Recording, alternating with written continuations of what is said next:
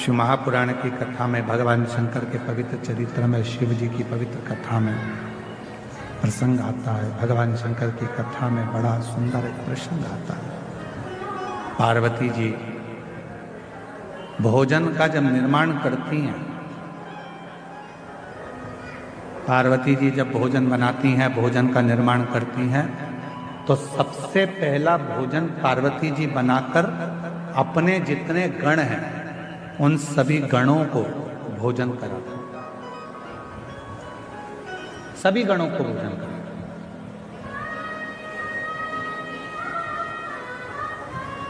हमको पिछले वर्ष का इस प्रयागराज की भूमि पर एक स्मरण आता है, और प्रयागराज की भूमि का भी और काशी में जो कथा हुई सतुआ बाबा गौशाला में, उसका भी हमको स्मरण आता है।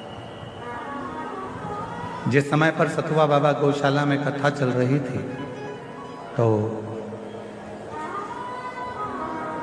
लगभग 12:30-1 बज चुकी थी। तो हम बाबा जी के साथ में दर्शन करने के लिए कहीं गए थे, वहाँ से वापिस आ रहे थे। तो हमने सतुआ बाबा जी से पूछा कि प्रसाद हुआ आपका? तो कहा महाराज जी अभी बहुत सारे लोग रह गए हैं, ये 2 बार की पंगत और हो जाए, उसके बाद फिर मैं अपने कक्ष में जाकर जो भी होगा उसको पाल लूंगा। एक गुरु, माता, पिता ऐसा ही होता है। सबको खिलाने के बाद सब संतुष्ट हो जाते हैं, तब वो थोड़ा सा प्रसाद पाकर संतुष्ट हो। मैं सतुआ बाबा जी आपको धन्यवाद देता हूं इसके लिए कि आपकी अविरल भक्ति। अभी हम अंदर थे और आप माइक पे, जब लगभग 12:30 बजे आप माइक पे कह रहे थे, जो दरवाजे पर बैठा है वहीं बैठ जाए, जो रोड पे बैठा है वो वहीं बैठ जाए, अंदर आने का प्रयास ना करे, कोई वीआईपी नहीं है। ये आप माइक पे बोल रहे थे और पूरा माघ मेला सुन रहा था, पूरा माघ। उस परमात्मा के आगे कौन वीआईपी? आपको जहां जगह मिले वहां बैठो, कथा का रस तत्व ग्रहण करो। और सत्यता में बोले बाबा जी, तो केवल एक कथा ये माघ मेले की या फिर आपकी काशी की ऐसी होती है जहाँ पर वीआईपी कल्चर कुछ नहीं होता, वहाँ केवल लोग प्रेम से कथा का रसतत्व ग्रहण करते, भाव से कथा आओ।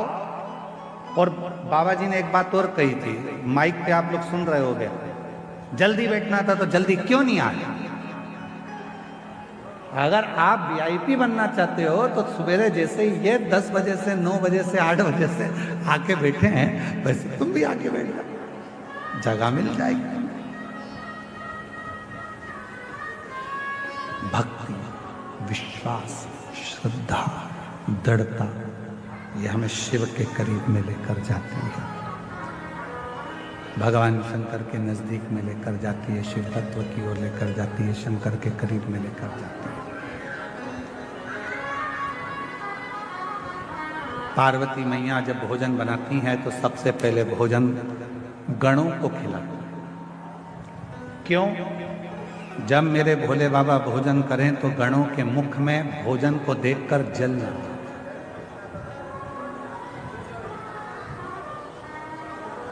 पानी ना।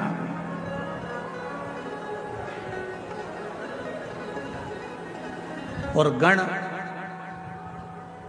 जब भोजन ग्रहण करने के लिए बैठते थे, भोजन ग्रहण कर लेते थे, और भोजन ग्रहण करने के बाद में बाबा का जो प्रसाद बचता था उसको कणका मात्र सारे ग्रहण करते थे। जितने गण थे वो लेते थे, माँ देवी भी लेती थी, गणेश जी भी लेते थे, कार्तिकेय भी लेते थे, और 33 कोटि देवता भगवान शंकर के प्रसाद को लेने के लिए तत्पर खड़े रहते थे।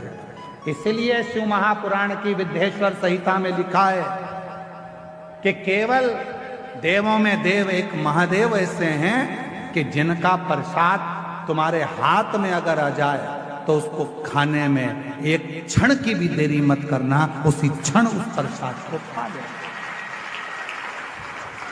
यीशु महापुराण के विदेश्वर पुराण की विदेश्वर संहिता में लिखा हुआ भगवान भोलेनाथ, ये विदेश्वर संहिता में, यीशु महापुराण की विदेश्वर संहिता में लिखा हुआ।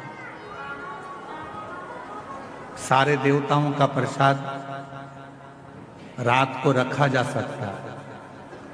सत्यनारायण भगवान की कथा हुई, उसका प्रसाद 2-3 दिन रख लोगे चल जाएगा। देवी जी का कोई अनुष्ठान हुआ, उसका प्रसाद 2-4 दिन रखोगे चल जाएगा। नारायण भगवान का अनुष्ठान हुआ, उसका प्रसाद 2-4 दिन रखोगे चल जाएगा।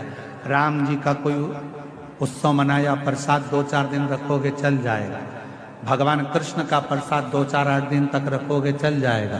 पर शंकर भगवान का प्रसाद चाहे पशुपति व्रत का हो, 16 सोमवार व्रत का हो, संकट सोमवार व्रत का हो, चाहे प्रदोष व्रत का हो, सोमवारी व्रत का हो, चाहे अष्टमी सोमवारी व्रत का हो, शिव जी का प्रसाद पूरी रात नहीं रखा था।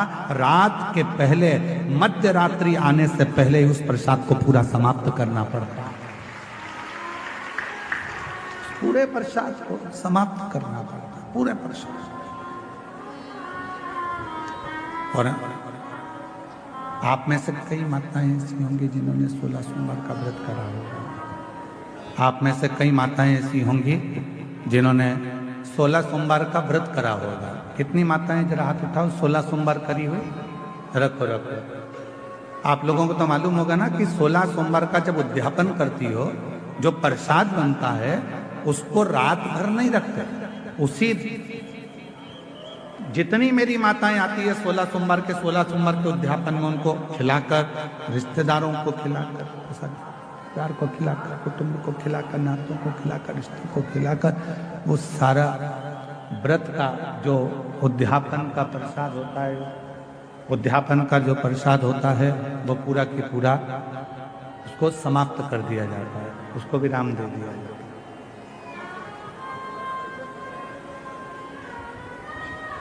पूरा 16 सोमवार का प्रसाद जो भी उद्यापन करता है उसको समाप्त। शिव जी की भोजन की थाली में शंकर भगवान के भोजन करने के बाद जो प्रसाद बचता है उसका कण कण मात्र सारे गण, देवता, देवी, 64 योगिनी सब लेने के लिए आते हैं। सब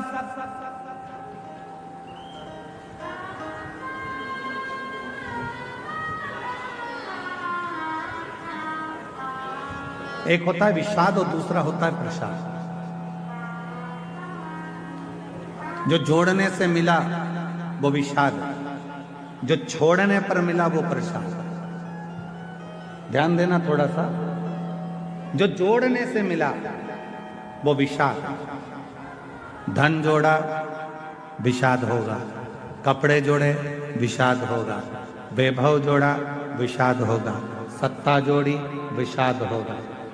जो जोड़ने पर मिल रहा है वो विषाद है, और जो छोड़ने पर मिल रहा है वो सब प्रसाद की गणना में आता है कि वो प्रसाद। विषाद बटोरा जाता है, प्रसाद बांटा जाता है।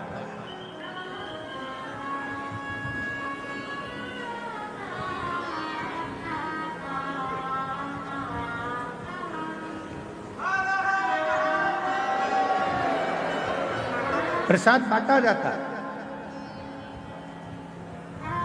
विषाद में केवल जोड़ा जाएगा, आन दो और प्रसाद जान दो, बांटो बांटो, वो बांटा गया, बांट। कई माताएं कहती हैं, गुरुजी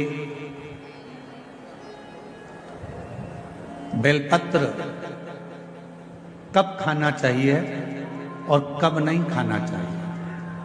शिव महापुराण की कथा कहती है, जब शरीर में रोग हो, शरीर में कष्ट हो, तब शंकर जी की चढ़ी हुई बेलपत्र अगर पूरी 3 पत्तियां, मान लो आप पूरी 3 पत्ती भी बेलपत्र की नहीं खा सकते, तो बेलपत्र के आगे की थोड़ी सी एक अंश नोक मात्र भी आपके मुख में अगर जाती है तो भी वो उतना ही असर करेगी जितनी पूरी पत्ती करती है। एक अंश मात्र। अब कोई तुमसे पूछे क्यों महाराज जी ये कथा कहाँ मिलेगी, तो स्कंद पुराण में, शिव महापुराण में, देवी भागवत में इस कथा का वर्णन है कि भगवान देवादिदेव महादेव आकड़िया की रोटी बनाई, काकड़िया की साग, और परसे माता पार्वती जी पावे भोलानाथ, माना शिव रटोरे, छोड़ दो कपट मन शिव रटोरे, शिव रटोरे मन शिव रटोरे, छोड़ दो कपट मन शिव रटोरे। आकड़िया की रोटी बनाई, काकड़िया की साग, आकड़िया की रोटी बनाई, काकड़िया की साग, और परसे माता पार्वती जी, परसे माता पार्वती जी पावा भोलानाथ, मन शिव रटोरे, छोड़ दो कपट मन शिव रटोरे, मन शिव रटोरे, मन शिव रटोरे, छोड़ दो कपट मन शिव रटोरे। हमारे यहाँ शास्त्रों में ऐसा मिलता है कि पार्वती जी भोजन बनाती हैं, शिव जी को खिलाती हैं। भोजन करने के बाद बाबा भोलेनाथ जब भोजन कर लेते हैं, जो पात्र में भोजन बचता है उस पात्र के एक अंश को पार्वती जी निकाल लेती हैं, एक अंश को गणेश जी निकाल लेते हैं, एक अंश को कार्तिकेय निकाल लेते हैं, और बाकी का जितना अंश है उसका कुछ भाग गण ले जाते हैं और उसका कुछ भाग देवता अपने साथ लेकर जाते हैं। तो कहा 33 कोटि देवताओं को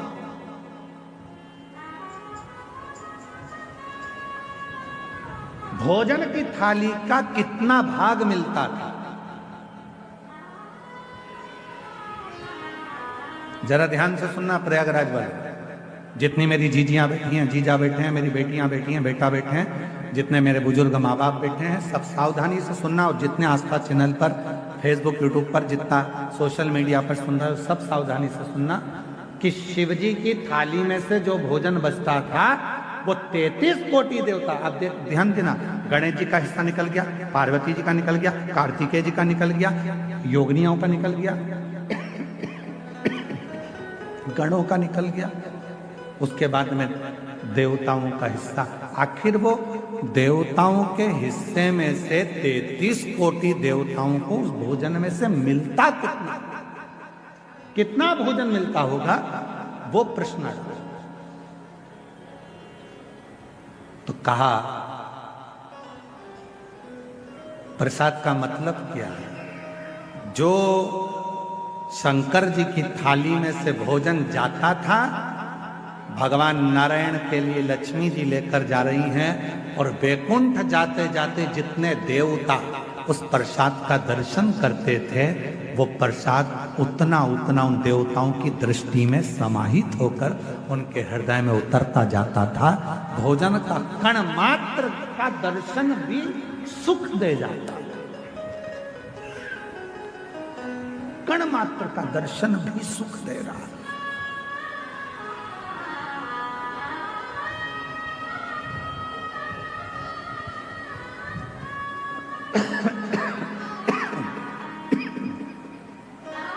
एक कण मात्र का दर्शन।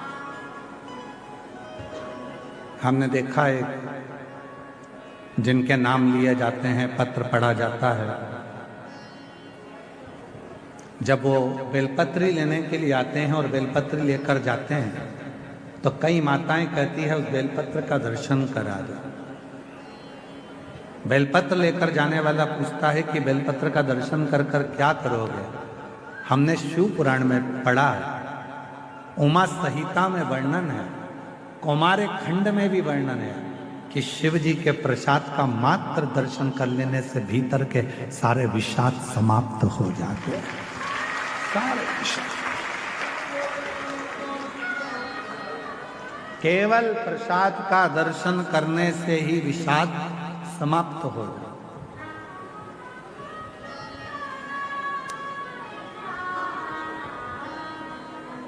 आप लोग रोज रोज अगर बेलपत्री खाओगे, भाई स्वास्थ्य खराब है, तब थोड़ा सा अंश ले लो। रोज रोज खाओगे तो मुख में छार छार सा हो, कई बार स्वाद नहीं आता फिर भोजन, कई बार जिभ्या छारी छारी सी हो जाती। रोज क्यों खाना? रोज बेलपत्र अगर उठाकर ला भी रहे हो, उसमें से एक अंश मात्र, कण का मात्र बेलपत्र को अपने मुख में ले लो, बहुत। बाकी के बेलपत्र का क्या करें गुरुजी? लाओ, सुखाओ, इकट्ठी हो जाए, चूरा बनाओ, चूरा बना के महीन पीस कर उसको रख लो, उसको रख लो।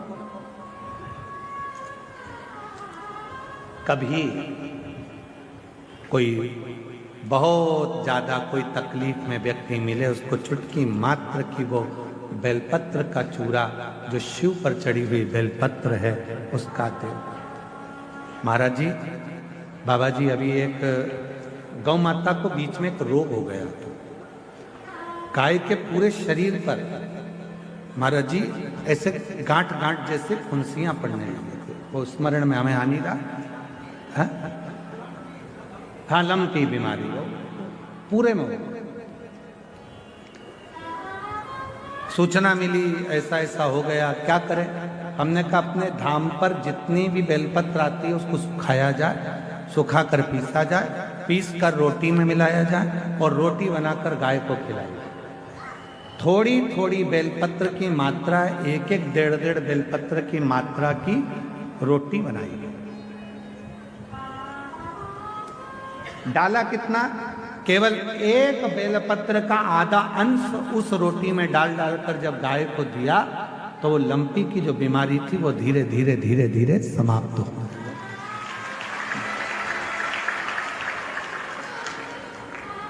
दवाई की तरह बेलपत्र की भी मात्रा होती है कि कितनी मात्रा में खाना है। ऐसा नहीं कि बेलपत्र पूरी मिली है तो हमको पूरी ही खाना है, दे जाओ, थोड़ी थोड़ी घर में सबको दे दो, बाकी के संभाल के रखो। कोई जीव को, कोई व्यक्ति को जरूरत पड़े उस समय पर वो पानी से उसको थोड़ी सी डाली और निगल गए।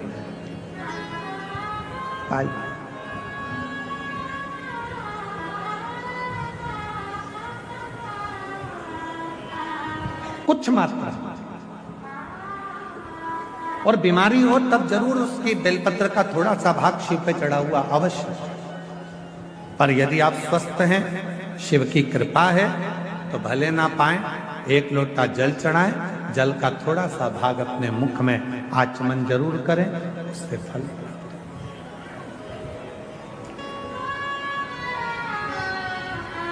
एक माता यहां बैठी है जिसको डॉक्टर ने मना कर दिया था कि तुम मां नहीं बन सकती।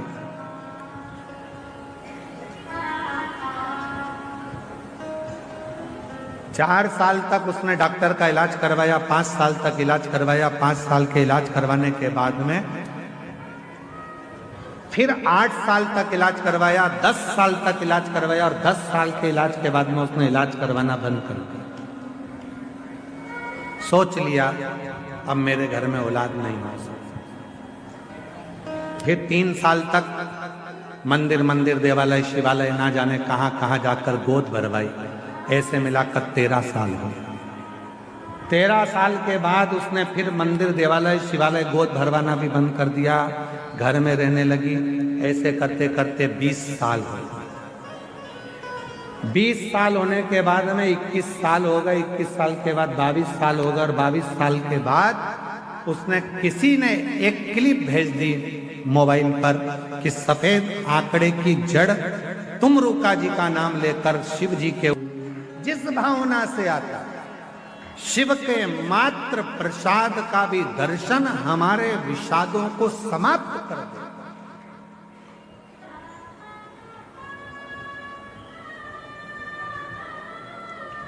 फूल की माला पहनोगे,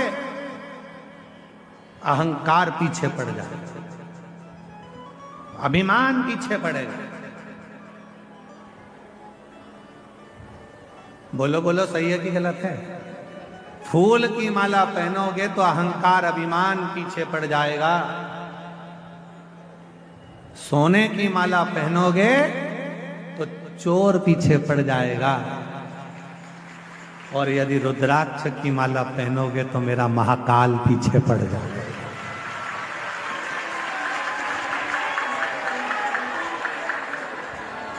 अब मर्जी तुम्हारी, फूल की पहनकर अभिमान को पीछे चलाना है, सोने की माला पहनकर चोर को पीछे चलाना है, कि रुद्राक्ष को धारण कर कर मेरे काल अधिपति महाकाल को साथ लेकर चलना।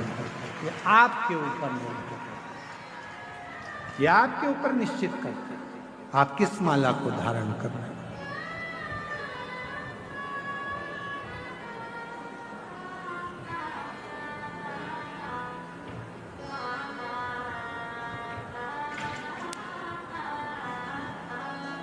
फूलों की माला से कभी कभी जीवन में एक ऐसा समय आ जाता है कि लगने लगता है कि इतनी माला पहने, इतनी।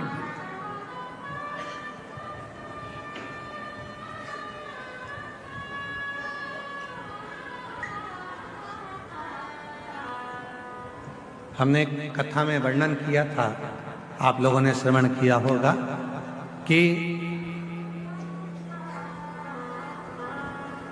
जितने भी देवताओं को माला चढ़ती है उसको कहते हैं फूलों की माला, और शिव जी को जो माला चढ़ती है उसको माला नहीं कहते, उसको क्या कहते हैं?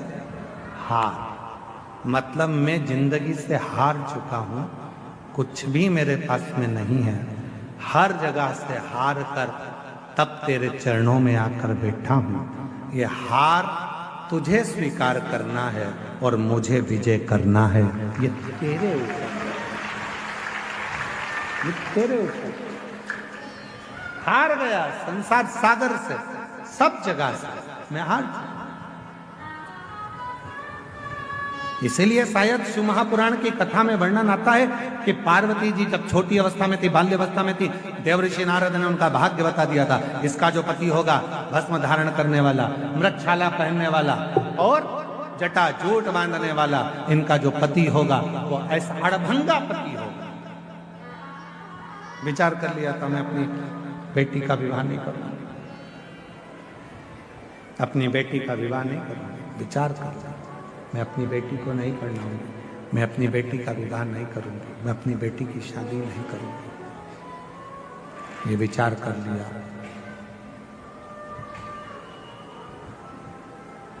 पार्वती जी ने सुन लिया था देवऋषि नारद के मुख से, कि पार्वती जी ने ये श्रवण कर लिया था देवऋषि नारद के मुख से कि शिव को पाना है तो शिव जैसे हो जाना, शिव को पाने के लिए शिव जैसा होना पड़ेगा, शंकर जैसा होना पड़ेगा। कैसे होना है शंकर जैसे? तो कहा सिर पे गंगा है, तो क्या शंकर जी को पाने के लिए हम भी एक मोटर लगा लें सिर पे? नहीं, गंगा मतलब शीतल, मतलब अपने भेजे को ठंडा रखिए। बहुत कठिन काम है, बहुत कठिन।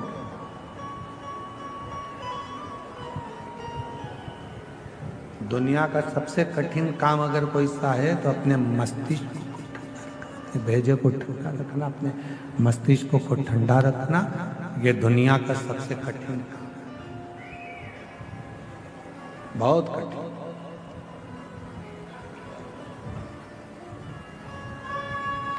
और जैसे तुम हो वैसे हम हैं, जरा भी माइक गड़बड़ होता है ना तो हमारा भी भेजा ठनक जाता है।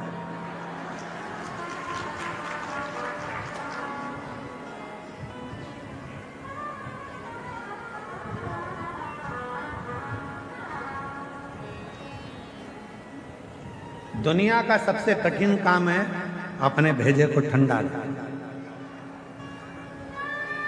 तो महाराज जी फिर आप कहते हो कि भेजा ठंडा रखो, जब तुम्हारा ही गर्म है तो हम काहे ठंडा रखें?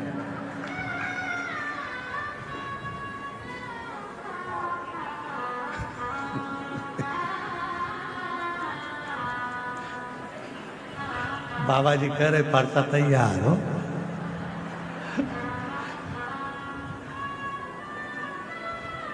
वल्लभ कुल की बलियारी जब देखो जब तैयार है, तो हम कैसे ठंडा रखें? शिव कथा कहती है शीतलता, जितना समय हो सके उतने समय शांत, शीतल, संयम बहुत जरूरी। जितना जितनी देर हो सके शीतलता अपने भेजे में, अपने मस्तिष्क में। फिर किसी ने कहा शंकर भगवान भस्म लगाते हैं तो क्या हम भस्म चढ़ा लें? मत चढ़ा, आप भस्म की जगह शिव की भक्ति का रंग चढ़ाओ। भगवान शंकर की अविरल भक्ति को चढ़ाने का प्रयास। फिर किसी ने कहा शंकर भगवान हमने सुना है भांग चढ़ा लेते हैं, हम क्या चढ़ा? तुम्हें नशा करने की जरूरत नहीं है, क्योंकि शिव पुराण में लिखा है कि शिव जी कोई नशा नहीं करते। सतुआ बाबा जी ने एक छोटा सा पत्र भेजा है हमारे पास,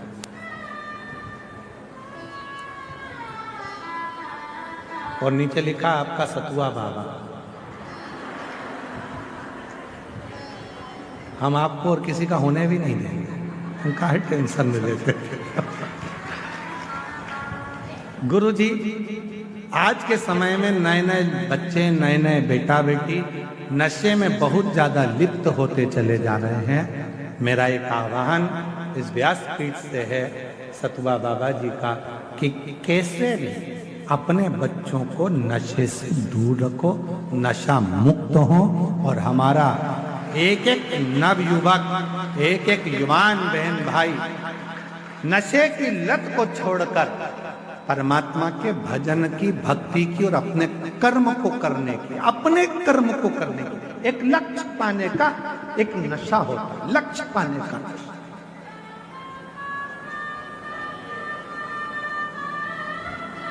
सीए बनना है, भेजे में रख लो उसको कि मुझे सीए बनना है, मतलब मेरे अंदर एक नशा चढ़ गया सीए बनने का, बनकर रहूंगा।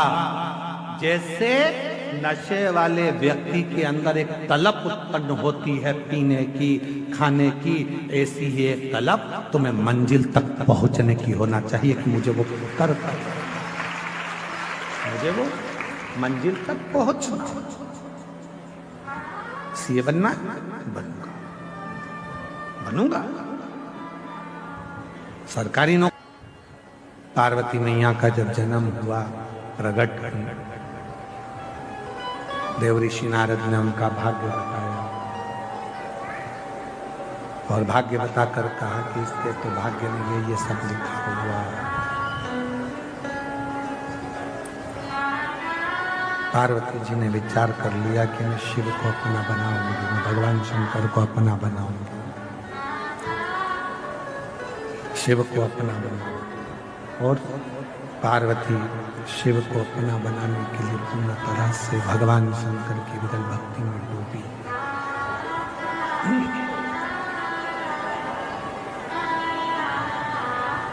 पार्वती जी शिव भक्ति में डूबी।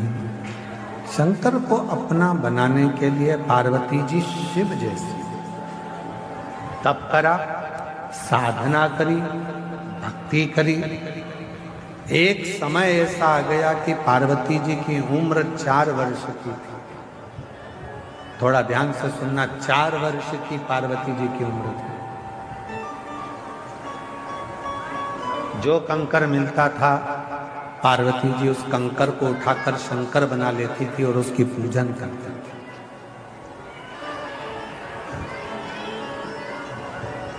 केवल सियोर वाला महाराज नहीं कहता कि कंकर शंकर है। शिव महापुराण भी कहती है कि पार्वती जी 4 वर्ष की अवस्था में कंकर को उठाकर शंकर मानकर पूजन करती थी और शंकर उस पूजन को स्वीकार करते थे। शिव जी उस पूजन को स्वीकार करते।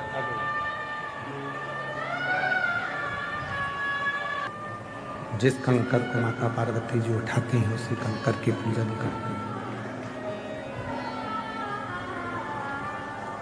कंकर को शंकर बनाकर माता पार्वती जी पूज रही हैं। कंकर को शंकर मानकर पार्वती जी पूजन कर।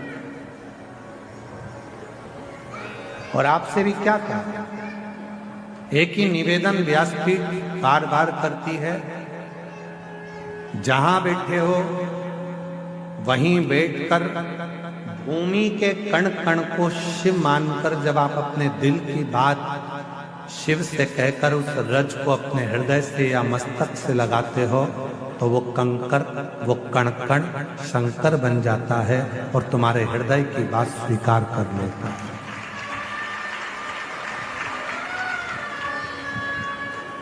पार्वती जी कंकर को शंकर बना रही हैं। कंकर को 4 वर्ष की अवस्था है, माता पार्वती जी जब भ्रमण करती हैं, खेलती हैं, यहाँ वहाँ जाती हैं, जो कंकर मिलता है पार्वती जी उस कंकर को शंकर बनाकर उसका पूजन करती हैं। 4 वर्ष की अवस्था कंकर को शंकर मानकर पूजा। एक बार हिमालय राजा मां पार्वती जी को लेकर मैनावती के साथ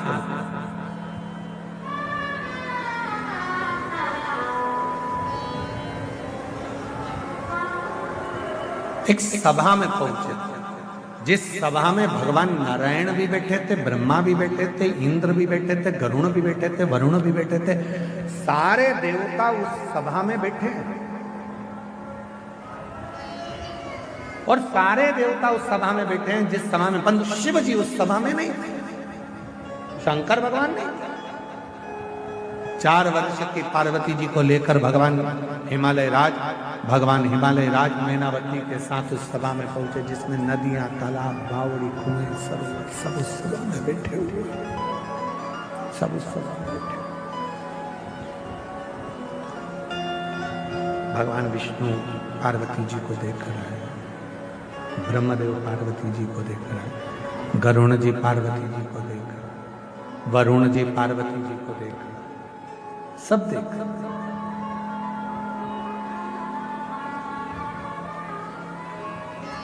सबका ध्यान मां पार्वती जी की ओर है। जितने भी नदी, तालाब, बावड़ी, कुंड, सरोवर, पर्वत, देवता, देवी, योगिनी सब पार्वती को देख रहे हैं। पर पार्वती जी के हाथ में, जब पार्वती जी हिमालय राज के घर से चली थी, उनके हाथ में एक कंकर हाथ में था। पार्वती जी का ध्यान केवल उस कंकर रूपी शंकर पर था।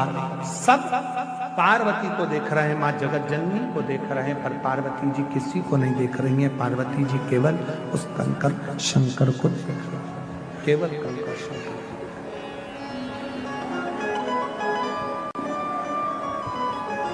शिव महापुराण की कथा कहती है, भगवान शंकर का चरित्र कथा है, शिव तत्व कथा है, शंकर की पवित्र कथा कहती है कि दुनिया के लोग भले आपको देखें, दुनिया के लोग भले मंदिर में आप जाते हो, जल चढ़ाते हो, मंदिर में जाकर पूजन करते हो, कई बेटा बेटी कहते हैं, लोग हमको देखते हैं, दुकान वाले हमको देखते हैं, व्यापारी हमको देखते हैं, मंदिर वाले देखते हैं, पुजारी लोग देखते हैं, ये लोग देखते हैं, वो लोग देखते हैं, कोई जल चढ़ाने आया वो देख रहा है, कोई पूजन करने आया वो देख रहा है।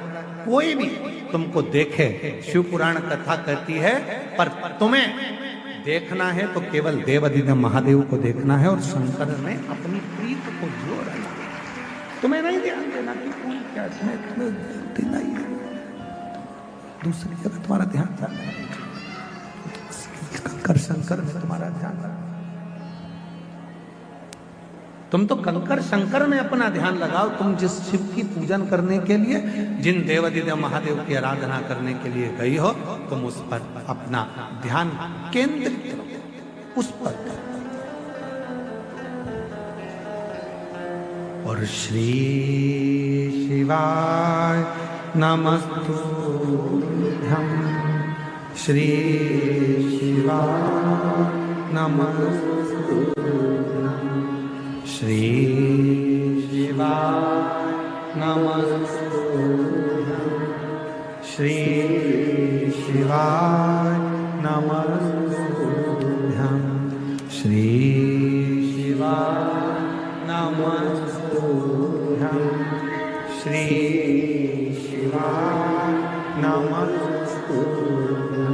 तुम्हारा ध्यान केवल शिव में होना चाहिए, केवल शिव।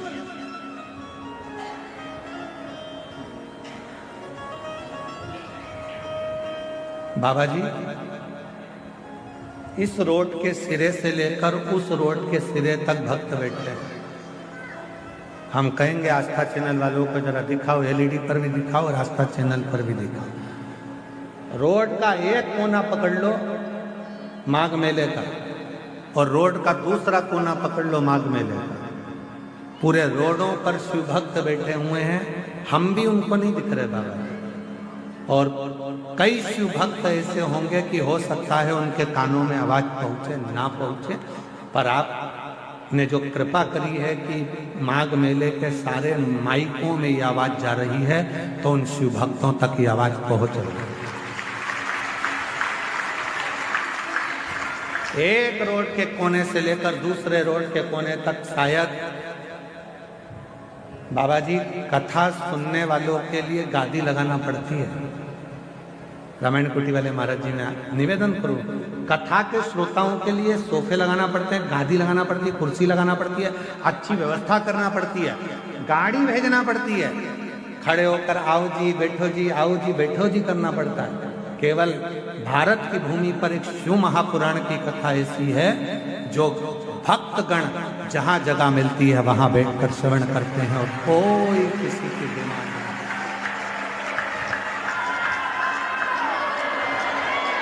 ये रोड का नजारा देखिए आप, एलईडी पर चल रहा है आस्था चैनल पर, और एलईडी पर रोड का नजारा चल रहा है। जरा देखिए कि कोई शिव भक्त की ये कामना नहीं रहती है कि हमको कुछ चाहिए।